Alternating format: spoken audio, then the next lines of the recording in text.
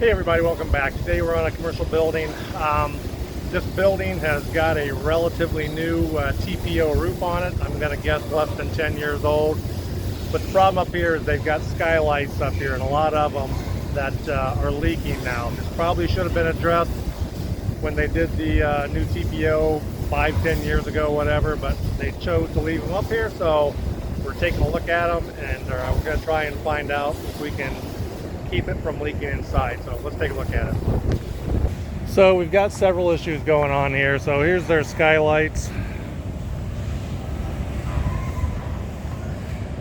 So again, you can see the new TPO roof that they put on, again, 5-10 years ago. So we've got some miscellaneous problems with this. So for example, they put mastic over this, probably got water leaking in right there.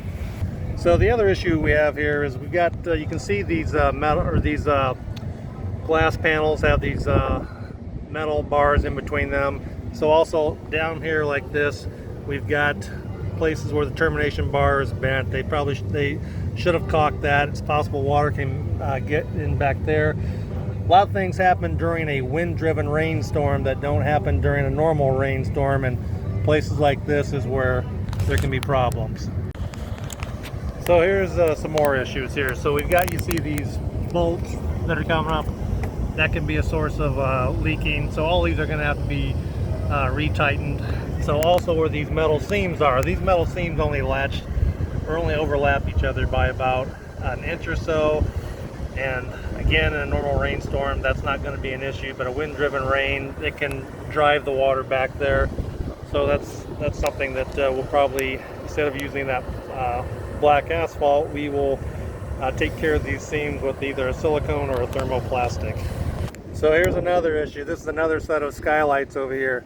You can see where these metal frame is. They've lost the cap screws there, and so these are coming loose, and so you can see the weather stripping in between there. So all of these, there's on this skylight here, there's almost 24 of these that are missing, and so that metal separation bar is not being forced down enough to keep rain out of there. So I'm sure this is part of their problem too.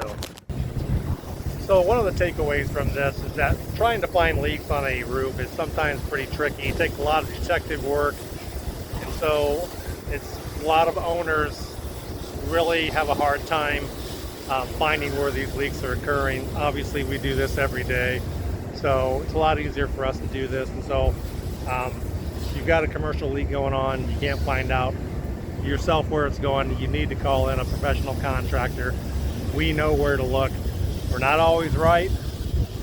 Sometimes it's a process to get these leaks to stop. I've been on jobs where we've been back 2 and 3 times before we find the actual the sources of the leaking. So just when you think you found the one thing and it's still leaking, you got to go back, and then you keep looking and looking, and eventually you'll get it usually. So that's all for today.